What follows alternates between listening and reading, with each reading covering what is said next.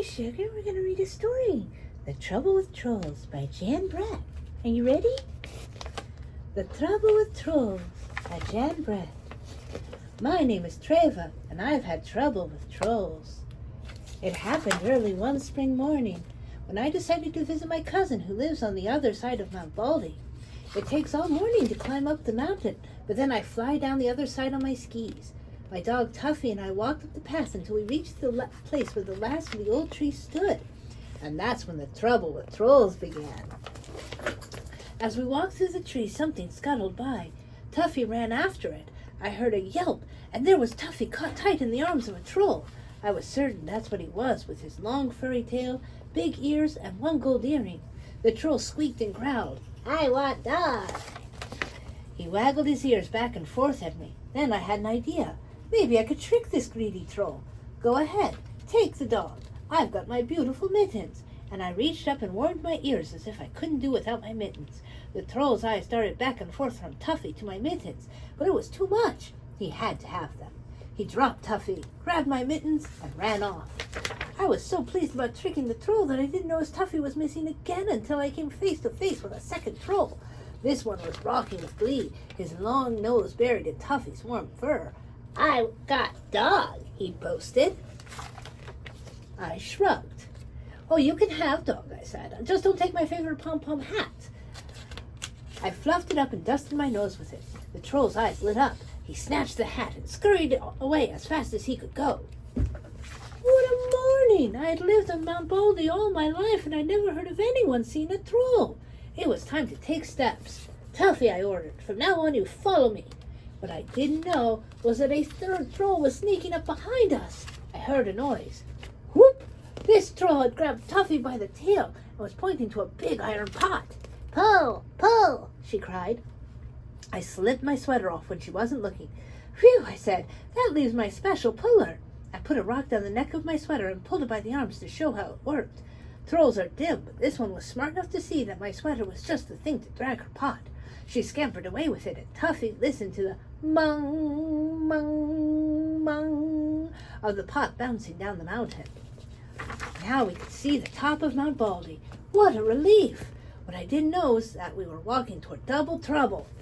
As Tuffy and I squeezed between the two boulders, twin trolls jumped out. "Ha ha!" they bellowed together and pounced on Tuffy. This time I was ready. I saw their pointy little heads and I knew just what to do. Off came my boots. I dangled them in the air. Imagine wanting a dog and ignoring these. Instantly the twin trolls dropped Tuffy and left for my boots. As they disappeared into the distance, I looked down at Tuffy. The top of the mountain was close. "I am not taking any chances. I'm going to carry you the rest of the way." Each step was harder. I held Tuffy tightly and kept going. When we reached the top, all 5 trolls were waiting. "We want dog!" they bellowed and ran toward us. In the scuffle, they got Tuffy away from me.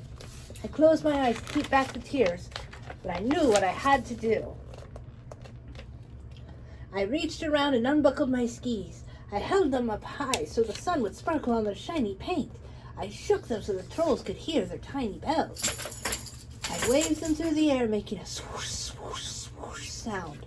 Finally, I whispered as if it were a big secret. "I can fly with these." "Fly!" the trolls roared. "How fly?" I picked up my ski poles. I blew on my hands to warm them. "I need my mittens to show you." The troll with big ears threw my mittens over. "I can't fly unless I can see," I said reluctantly. "I'll need my hat to keep the wind from blowing in my hair in my eyes." The troll with the long nose tossed me my pom-pom hat. "Look," I said, shivering in the wind, "flying is easy, but I can't do it without my sweater, and that's final." The other troll stared at the troll with my sweater. She hesitated, but then gave it to me. I put it on and positioned my skis in the snow, but even the trolls could see my feet wouldn't fit in the bindings. "I really need those boots," I said reassuringly to the twins. Now I had everything back. My mittens, my hat, my sweater, my boots. I stood at the top of Mt Baldy, ready to go. I held a piece of yarn high in the air to test the wind for flying. It was too much for those greedy trolls. "Fly, fly, fly," they clambered. "I need you to push me." "Can't push," they cried. "Hold dog." "Okay," I said, sighing. "I'll hold the dog." The trolls gave one giant push. Fly, fly, fly, they shouted at me. As we flew down the mountain, I could hear the trolls' cries change to wails of dog, dog, dog. And as I looked back, I could see a pile of trolls pushing and shoving each other furiously in the snow, arms flying, heads bumping. Tuffy and I made it safely down the mountain, and the trolls have never been seen again. But if you travel over the top of Mount Baldy in early spring, you can see the white cotton grass waving wildly in the wind. That's all that's left of the day I had trouble with trolls. The end.